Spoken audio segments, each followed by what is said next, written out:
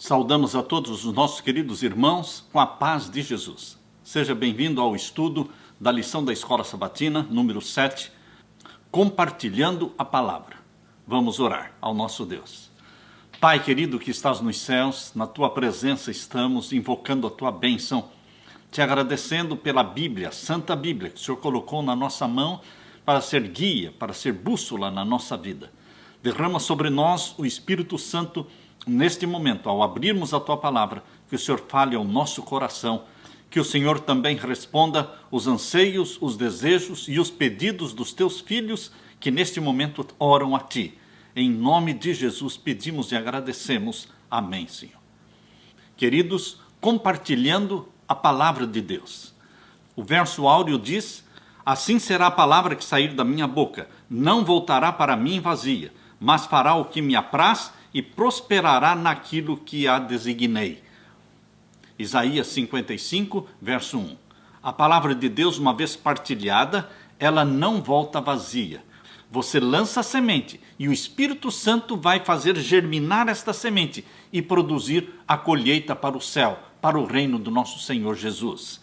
Quando nós testemunhamos de Jesus Cristo, nós estamos falando tudo o que a Bíblia nos informa sobre Jesus. O que é que nós saberíamos de Jesus se nós não tivéssemos a Bíblia? A história do nascimento de Jesus Cristo, a maneira como ele foi criado, a maneira como ele foi batizado, o ministério dele, a forma como ele tratava as pessoas, curava os enfermos, ressuscitava os mortos. O que é que nós poderíamos saber de Jesus se não tivéssemos este livro sagrado, a Santa Bíblia? Louvado seja Deus que nos deixou a revelação escrita, a Santa Bíblia. Ela é guia, ela é bússola na nossa vida. Embora a natureza revele a majestade e o poder de Deus, ela não desvenda o plano da salvação. O plano da salvação pode ser entendido unicamente através da Bíblia. Queridos, Jesus é a verdadeira luz que ilumina todo homem que vem ao mundo. João capítulo 1 e o verso 9. A palavra escrita de Deus é a revelação mais clara e mais completa de Jesus Cristo, o Filho de Deus. Embora os líderes religiosos estudassem a palavra de Deus, muitos não compreenderam sua mensagem principal. Qual é a mensagem principal da Bíblia? Jesus. Por isso Jesus disse: examinais as Escrituras e cuidais ter nelas a vida eterna, e são elas que de mim testificam. João capítulo 5, verso 39. Se nós entendermos corretamente a Bíblia, nós vamos perceber que todo o ensino da Bíblia reflete a beleza do caráter de Jesus. Quando compartilhamos a palavra de Deus, nosso principal objetivo não é provar que estamos certos e os outros estão errados, mas é revelarmos Jesus Cristo.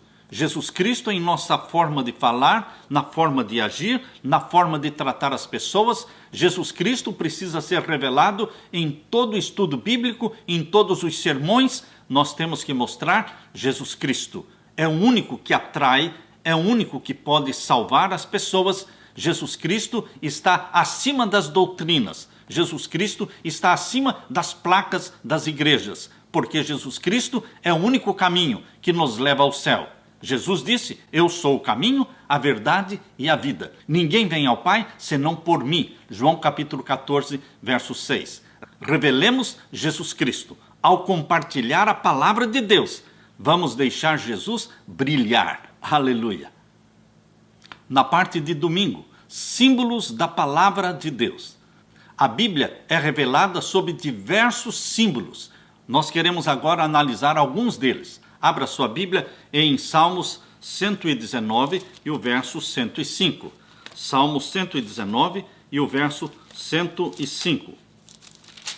Aqui nós lemos: lâmpada para os meus pés é a tua palavra e luz para o meu caminho. A Bíblia é lâmpada. Nós que vivemos neste mundo de trevas espirituais, nós temos uma lâmpada que mostra por onde estamos andando e que nos dá discernimento para sabermos o certo e o errado. Lâmpada para os meus pés é a tua palavra e luz para o meu caminho.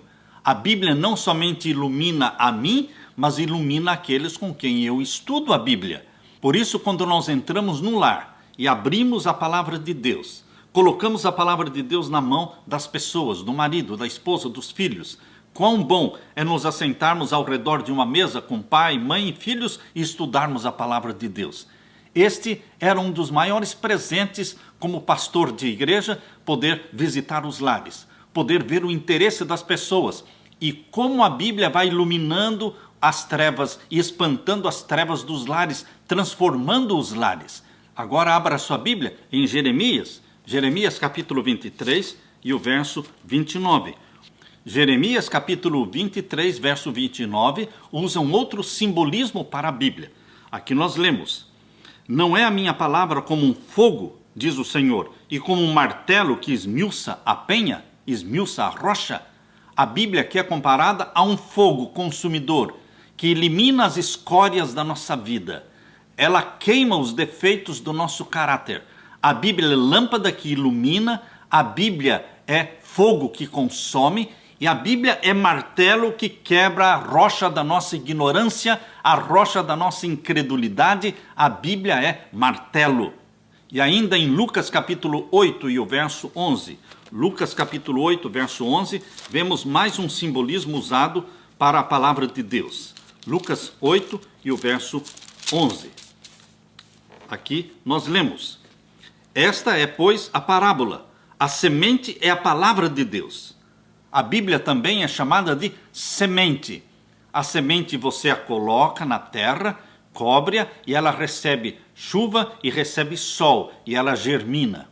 Assim também, quando você coloca a semente no coração das pessoas, você introduz a Bíblia como semente nos lares. O Espírito Santo vai derramar os aguaceiros. Os aguaceiros do Espírito Santo serão derramados sobre aquela sementinha plantada, a palavra de Deus, que você introduziu no lar. Eu gosto de doar Bíblias. Doe Bíblias. Coloque as Bíblias nas mãos das pessoas nos lares. Peça para que leiam.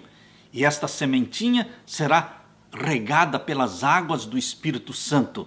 E vai germinar. Com certeza vai germinar. Cedo ou tarde ela vai germinar. Não na hora em que nós pensamos, não no momento em que nós queremos, mas a semente está lá. Estará recebendo os aguaceiros do Espírito Santo, estará recebendo os raios do sol da justiça, que é Jesus Cristo. E esta semente vai germinar para a honra e glória de Deus. Agora abra a sua Bíblia em Mateus capítulo 4, Mateus capítulo 4 e o verso 4. Mais um simbolismo usado para a palavra de Deus. Ele, porém, respondendo, disse: está escrito, não só de pão viverá o homem, mas de toda palavra que sai da boca de Deus. A Bíblia é comparada a um pão, é um maná espiritual, é o maná que desceu do céu, é o maná que nos alimenta. Queridos, nós com a palavra de Deus temos lâmpada, temos fogo e martelo, temos semente, temos pão. Os variados símbolos usados nestas passagens descrevem algumas das principais funções da palavra de Deus. Quando compartilhamos as Escrituras com outras pessoas, é como se acendêssemos uma lâmpada para iluminar a vida delas. Jesus, a luz do mundo, rompe as trevas da visão equivocada sobre quem é Deus e a natureza do seu caráter. Mentes obscurecidas, com uma compreensão errada de Deus, são iluminadas pelo Espírito Santo mediante a Santa Bíblia. A palavra de Deus também é mencionada por Jeremias como sendo o quê? Um fogo e um martelo. Ela consome a escória do pecado em nossa vida e quebranta o nosso coração endurecido. Também a palavra de Deus é comparada à semente em Lucas. A principal característica da semente é que ela dá vida, ela possui vida. A semente possui vida e ela produz vida. A semente leva tempo para crescer. Nem todas as sementes germinam ao mesmo tempo, nem todas as plantas crescem na mesma proporção, mas sob condições certas, a vida na semente irrompe através do solo para uma nova vida. Quando plantamos a semente da palavra de Deus no coração e na mente das pessoas, nem sempre vamos ver os resultados imediatos, mas silenciosamente a semente cresce e no tempo de Deus, se elas responderem à influência do Espírito Santo, a semente produzirá uma colheita para o reino de Deus. Jesus também comparou a Bíblia como um pão nutritivo. Como muitos de nós sabemos, Poucas coisas nos satisfazem tanto quanto um bom pedaço de pão. A palavra de Deus satisfaz a fome do coração e nutre os nossos anseios espirituais e interiores. Queridos, louvemos a Deus pela Bíblia. Louvemos a Deus por este livro maravilhoso que Deus nos deixou e que foi colocado nas nossas mãos e que em boas circunstâncias de liberdade religiosa como o que temos hoje, nós podemos estudar, investigar, cavar e deixar que a Bíblia produza a reforma e a transformação no nosso caráter, na nossa vida, corrigindo os nossos defeitos. Porque a natureza nos forma, a cultura nos informa, mas só a Bíblia nos transforma. Aleluia. Na parte de segunda-feira, o poder criador da palavra de Deus. A palavra de Deus tem poder inexplicável, sobrenatural, porque Deus fala e as coisas acontecem. Deus mandou as águas se abrirem e as águas se abriram. Deus mandou aparecer a porção seca e apareceu a porção seca. Deus mandou que a terra produzisse árvores frutíferas e surgiram todas as árvores frutíferas com os frutos deliciosos que nós conhecemos hoje e saboreamos. Queridos, a palavra de Deus tem vida em si mesma. Eu convido você para abrir a sua Bíblia agora em Hebreus capítulo 1. Hebreus capítulo 1, vamos ler o verso 1 até o verso 3. Aqui nós lemos: havendo Deus antigamente falado muitas vezes e de muitas maneiras aos pais pelos profetas, a nós falou-nos destes últimos dias pelo Filho. Sempre desde que Adão e Eva pecaram e foram expulsos do jardim do Éden, Deus passou a falar com o ser humano pecador através dos seus agentes, que eram chamados de profetas de Deus, que recebiam revelações de Deus através de sonhos ou visões e transmitiam a mensagem de Deus para o povo. Porém, queridos, o que aqui em Hebreus capítulo 1, verso 1 está dizendo é que, embora Deus tenha falado muitas vezes através dos profetas, agora Deus enviou o seu próprio Filho Jesus Cristo. Deus falou através de Jesus Cristo, seu Filho, e aqui nos diz o verso 2, que Deus constituiu Jesus Cristo o herdeiro de tudo, a quem constituiu o herdeiro de tudo, por quem fez também o mundo. O mundo todo foi criado. Todas as galáxias do universo, o nosso planeta Terra, ele foi criado por Jesus Cristo, aquele que é chamado de o Filho de Deus, por quem também fez o mundo. E o verso 3 diz: o qual, sendo o resplendor da sua glória e a expressa imagem da sua pessoa, e sustentando todas as coisas pela palavra do seu poder, havendo feito por si mesmo a purificação dos nossos pecados, assentou-se à destra da majestade nas alturas. Aquele Jesus Cristo que nasceu da Virgem Maria, gerado pelo Espírito Santo, que cresceu, aprendeu a falar, aprendeu a ler e a escrever, foi se desenvolvendo, foi sendo perseguido, Satanás queria tirar a sua vida, Satanás queria fazê-lo pecar, mas Jesus Cristo foi vencendo dia após dia, tornou-se adulto, foi batizado, viveu um ministério de 3 anos e meio. Esse Jesus Cristo que andou entre os homens, fazendo bem, entrando e saindo pelas ruas de Nazaré, pelas ruas de Jerusalém, este Jesus Cristo era o Deus em carne, era o Filho de Deus. Esta é a verdade que está sendo revelada aqui em Hebreus capítulo 1 e o verso 2, a quem constituiu herdeiro de tudo e por quem fez também o mundo, através de quem também fez o mundo. A Bíblia diz aqui em João capítulo 1, verso 1 e verso 2 e 3, que Jesus Cristo realmente é o Criador.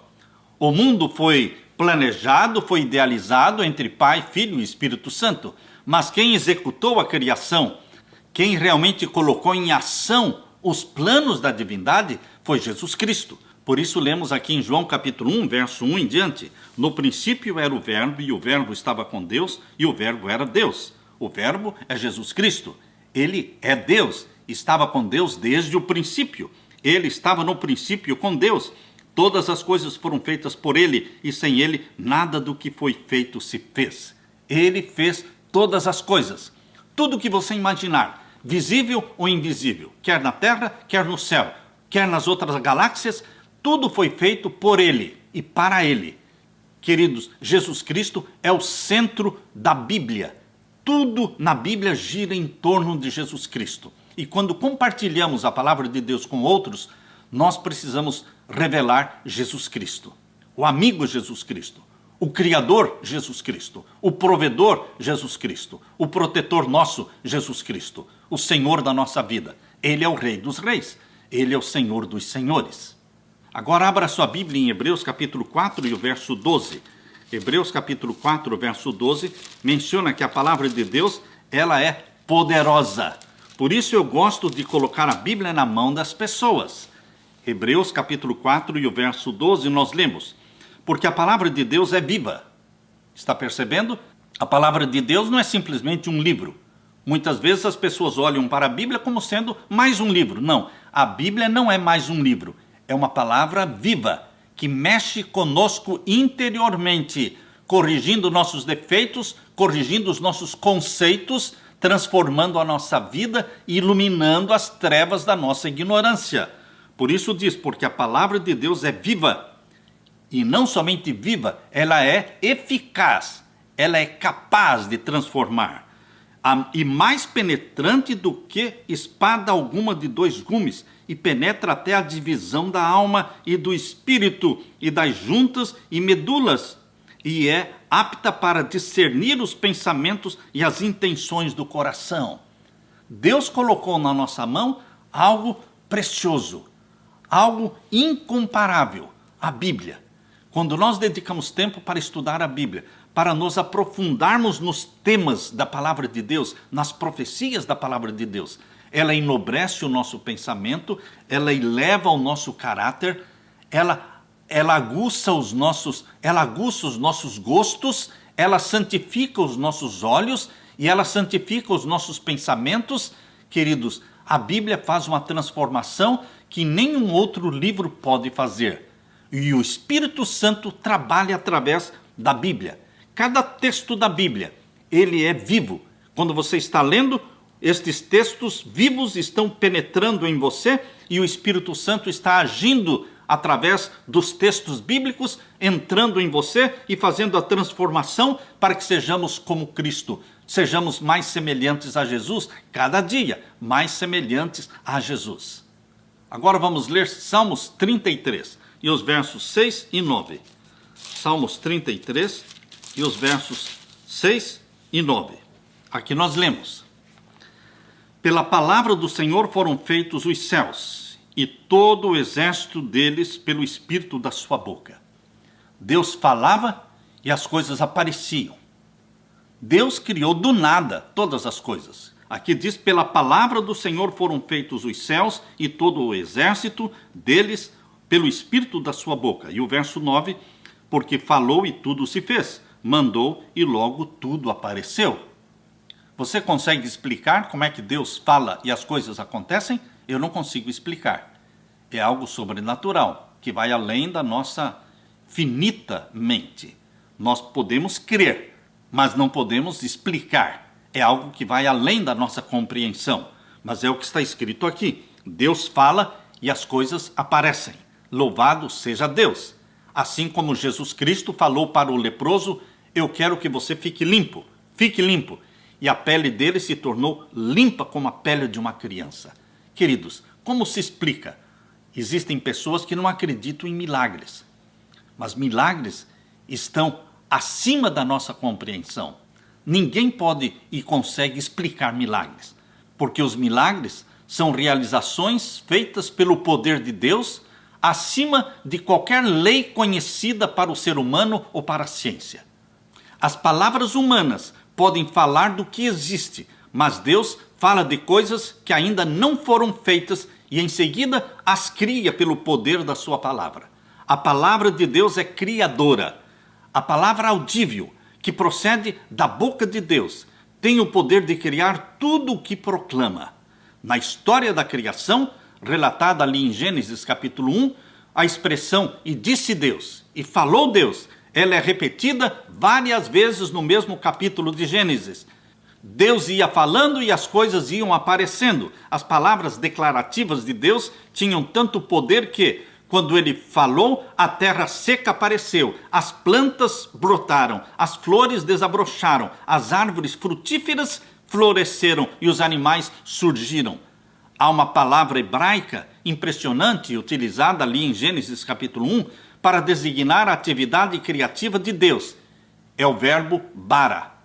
Bara é uma palavra hebraica, é o verbo criar. Mas é usada especificamente para Deus, porque só Deus pode criar do nada. Bara significa criar do nada. Ele não dependia de matéria pré-existente. Ele criou do nada. Nessa forma específica, ela é usada para a ação de Deus de criar algo do nada. Deus não apenas criou este mundo pelo poder da sua palavra, mas ele sustenta este mundo pelo poder da sua palavra. O mesmo poder que existe na palavra falada de Deus, existe também na palavra escrita de Deus. Por isso a Bíblia é um livro poderoso, porque o poder que existe na palavra que saiu da boca de Deus, existe também na palavra escrita, a Santa Bíblia. Por isso ela transforma, por isso ela ilumina a sua vida, por isso ela mexe com você interiormente, mudando os conceitos errôneos que você tem. O mesmo Espírito Santo que esteve presente na mente do profeta quando ele estava escrevendo a Bíblia, o mesmo Espírito Santo está presente na sua mente quando você está lendo a Bíblia. Deus falou e tudo se fez. Por isso ele pode dar vitória para você também sobre seus defeitos, pecados. Aquilo que você acha impossível fazer, porque você é escravizado, você tem defeitos que você não consegue vencer. Lembre-se, quando Deus fala, as coisas acontecem. Quando você se submete a Deus, o mesmo Deus que criou todas as coisas, o mesmo Deus que curou o leproso, ele também fala, eu te dou a vitória. Em meu nome, pelo poder da minha palavra, você está perdoado, você está mudado. Eu perdoo, eu salvo você.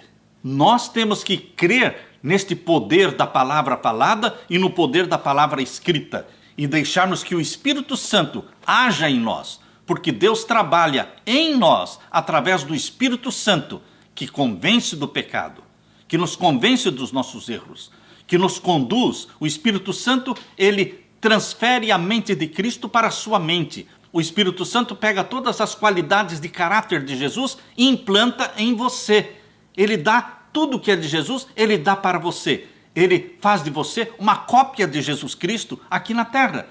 Quando você está andando pelas ruas da cidade, você é uma cópia de Jesus Cristo. Por isso, você é chamado de cristão. Cristão é o pecador que é trazido aos pés de Jesus Cristo, perdoado, transformado, nasce de novo, gerado pelo Espírito Santo. O Espírito Santo implanta nele a mente de Jesus e ele começa a falar como Jesus, agir como Jesus, pensar como Jesus. Por isso ele é chamado cristão, porque tudo na vida dele, no semblante e na linguagem, em todo o comportamento dele, na sua conduta, tudo chama atenção para Jesus. Tudo é reflexo de Jesus. Aleluia! Porque o Espírito Santo tem esse poder.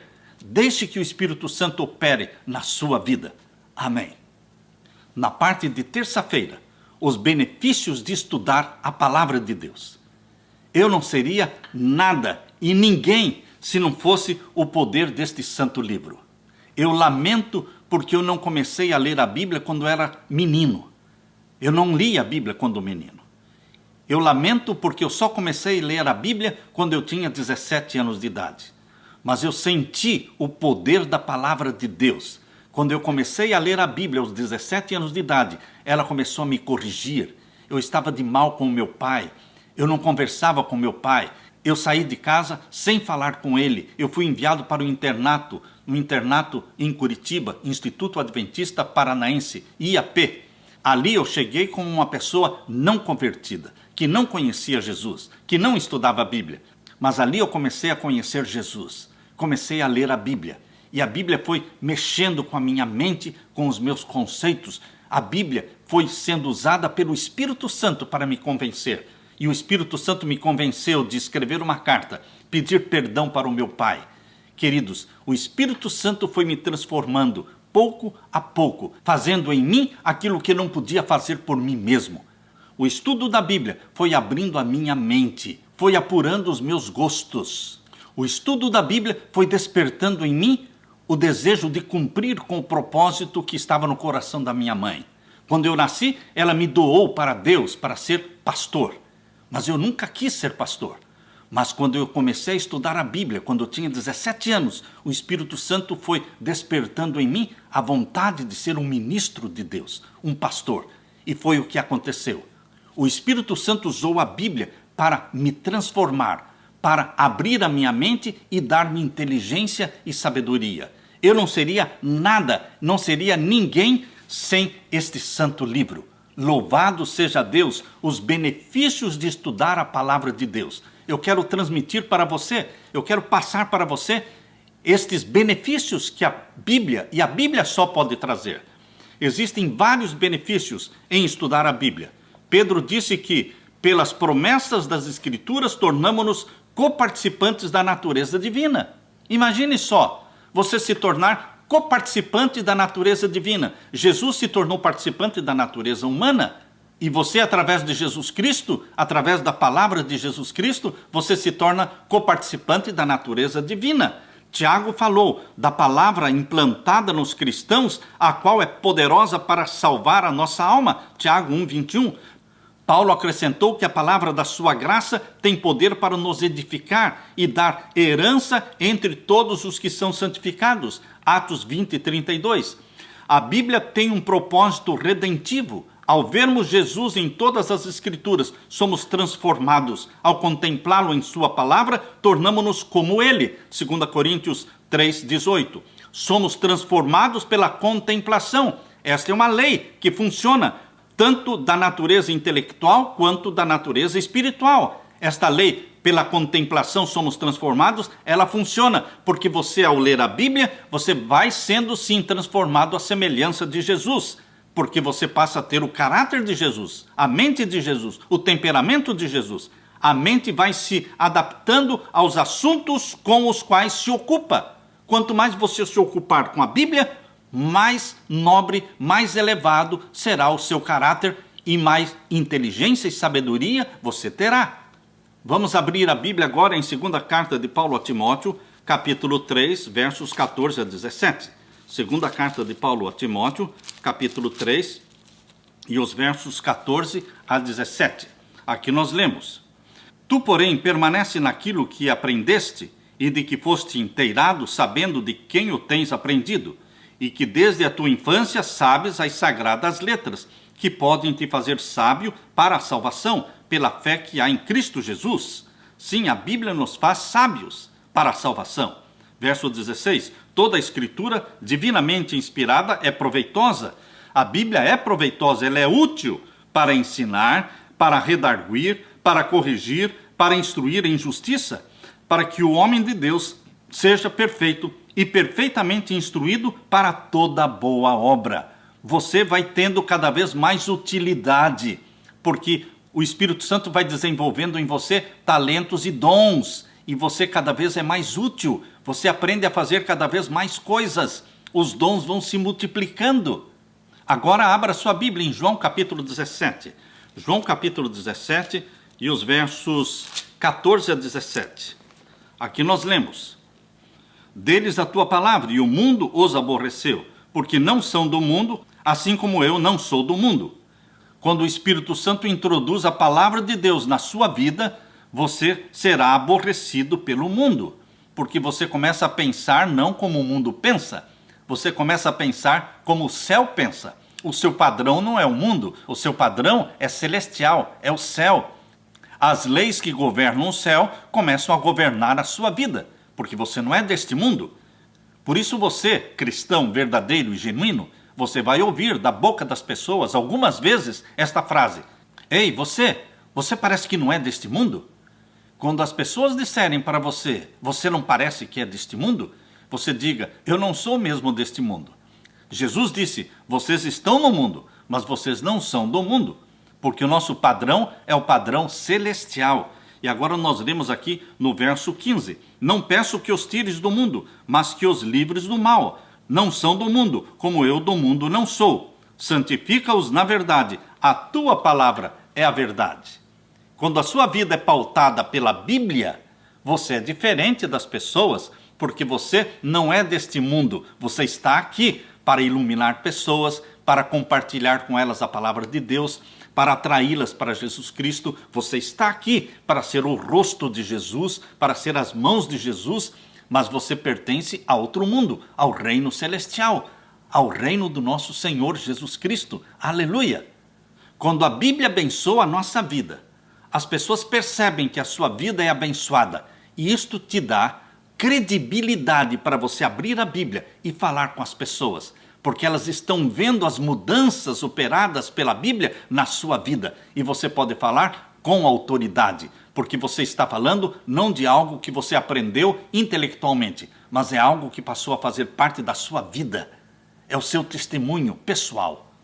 E é isto que tem poder, aquilo que vem de dentro de você, aquilo que está estampado no seu rosto. Quando você fala de Jesus, você fala de alguém que você conhece. Você tem brilho nos olhos e você influencia as pessoas, porque você tem ânimo ao falar de alguém que você conhece, alguém que você ama. Aleluia! Na parte de quarta-feira, aplicando a palavra de Deus, já foram contadas mais de 3.000 promessas de Deus na Bíblia.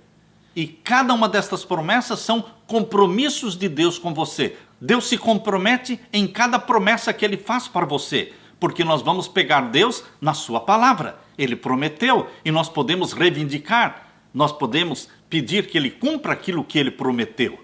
As promessas de Deus são compromissos que Ele faz conosco. Ao reivindicarmos dessas promessas pela fé e ensinarmos as outras pessoas a reivindicá-las também, as bênçãos do céu fluem em nossa vida.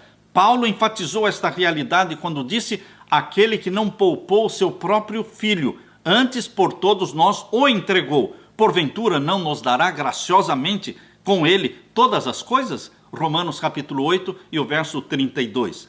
Pedro esclareceu essa promessa declarando que, pelo seu divino poder, nos têm sido doadas todas as coisas que conduzem à vida e à piedade. 2 Pedro 1:3.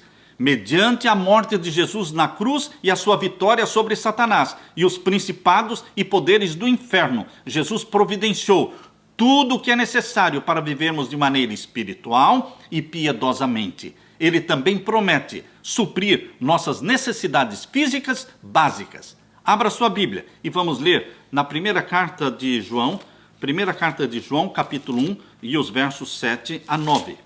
Primeira carta de João, capítulo 1 e os versos 7 a 9. Aqui nós lemos: mas se andarmos na luz, como Ele na luz está, temos comunhão uns com os outros, e o sangue de Jesus Cristo, seu Filho, nos purifica de todo o pecado. Você está percebendo? Quando nós andamos na luz, como Ele na luz está, nós temos comunhão uns com os outros.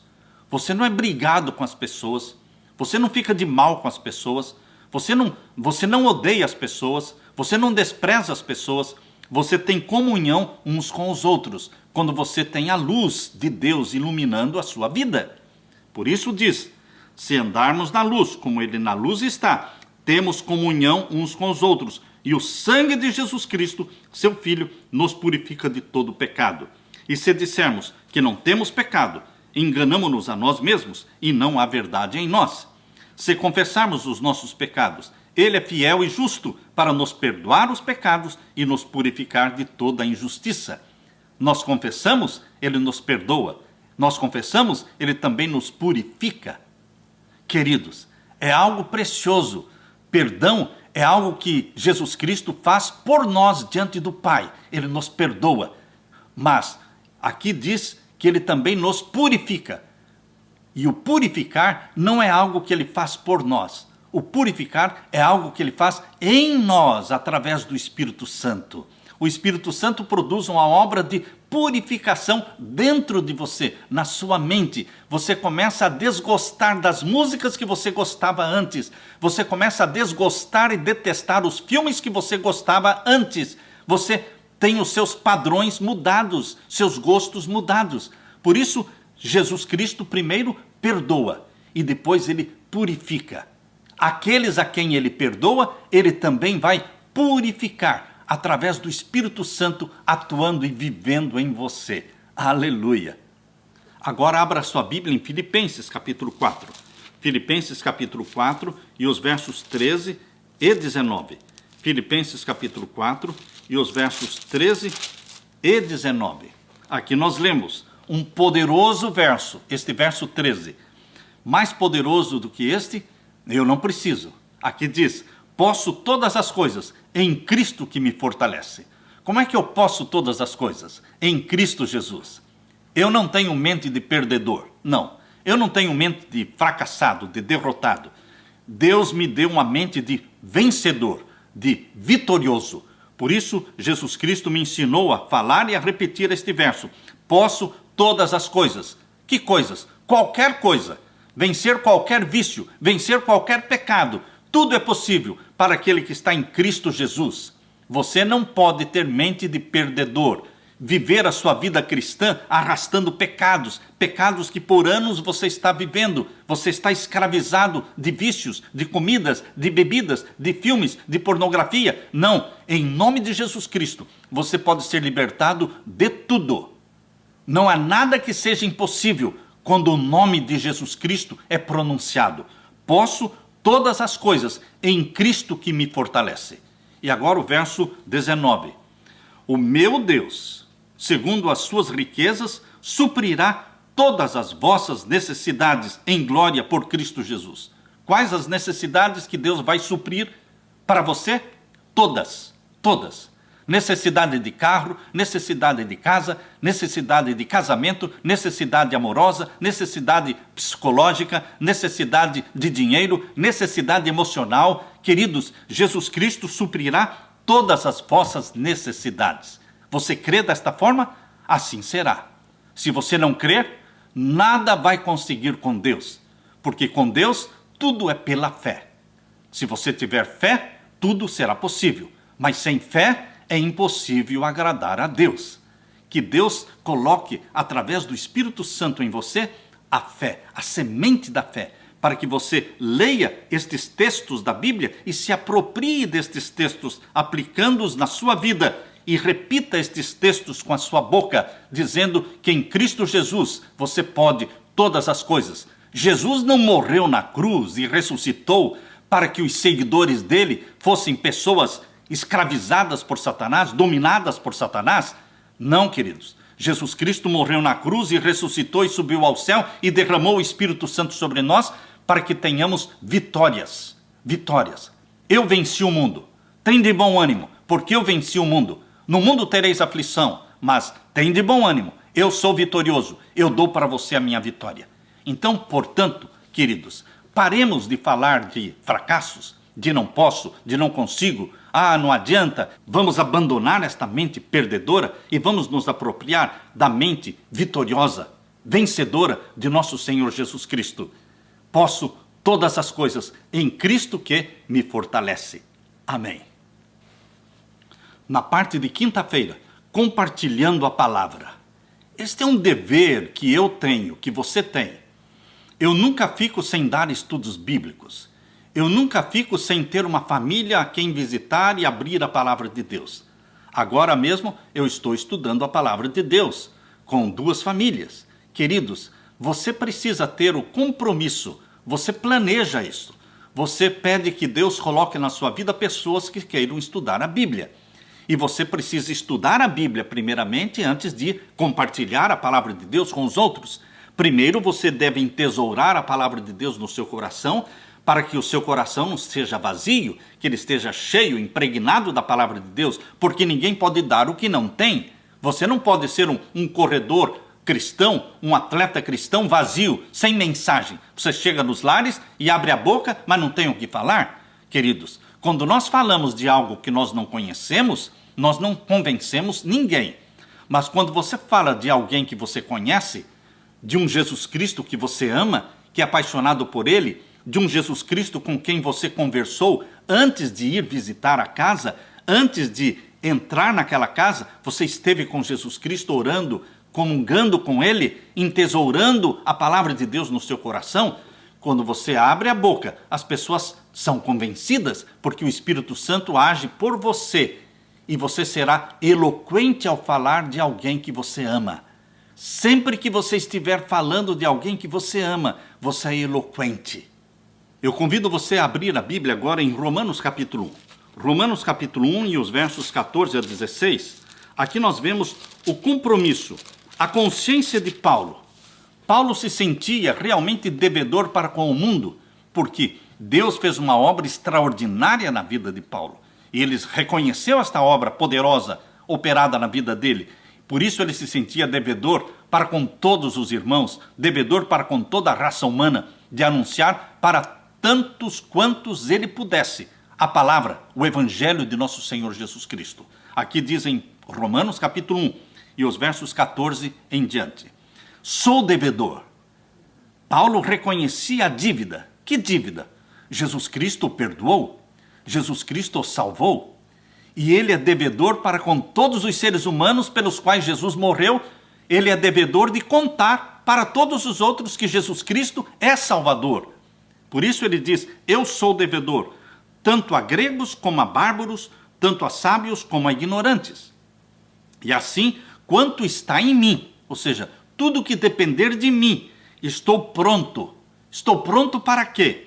Para também vos anunciar o evangelho a vós que estáis em Roma. Eu sou devedor, estou pronto para pagar a dívida. Que dívida? Pregar o evangelho. Exaltar Jesus Cristo, para que Jesus Cristo, quando for levantado, atraia centenas e milhares de pecadores para ele. E onde Jesus Cristo for levantado, ele atrairá pessoas para ele.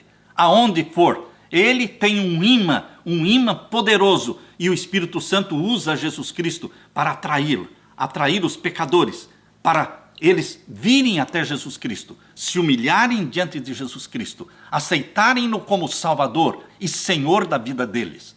Eu sou devedor, dizia Paulo, e eu estou pronto para vos anunciar o evangelho. E agora o verso 16. Porque não me envergonho do evangelho de Cristo.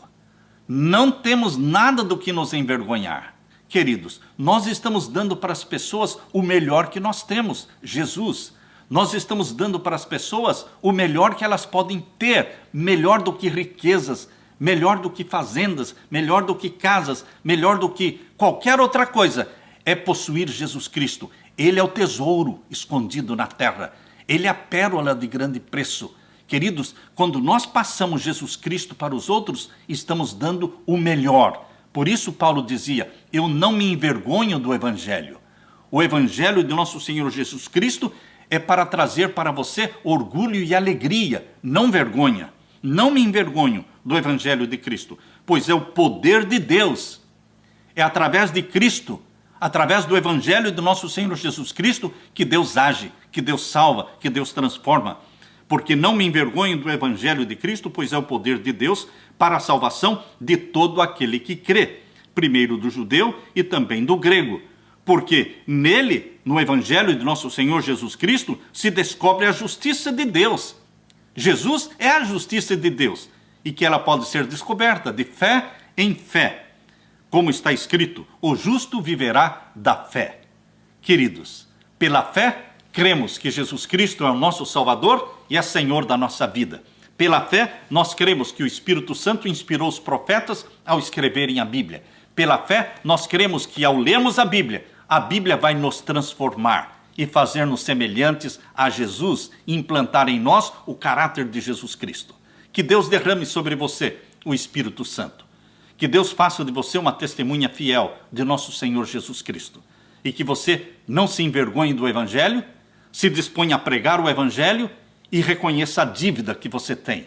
Eu sou devedor e estou disposto a pagar a dívida. Em nome de Jesus Cristo, vou viver para pregar o Evangelho. Em nome de Jesus Cristo, vou viver para anunciar que só Jesus salva e que Ele vai voltar em breve.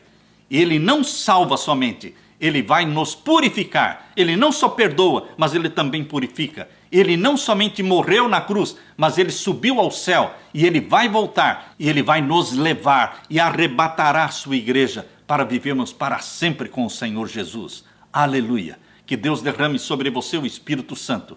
É a minha oração, em nome de Jesus. Amém.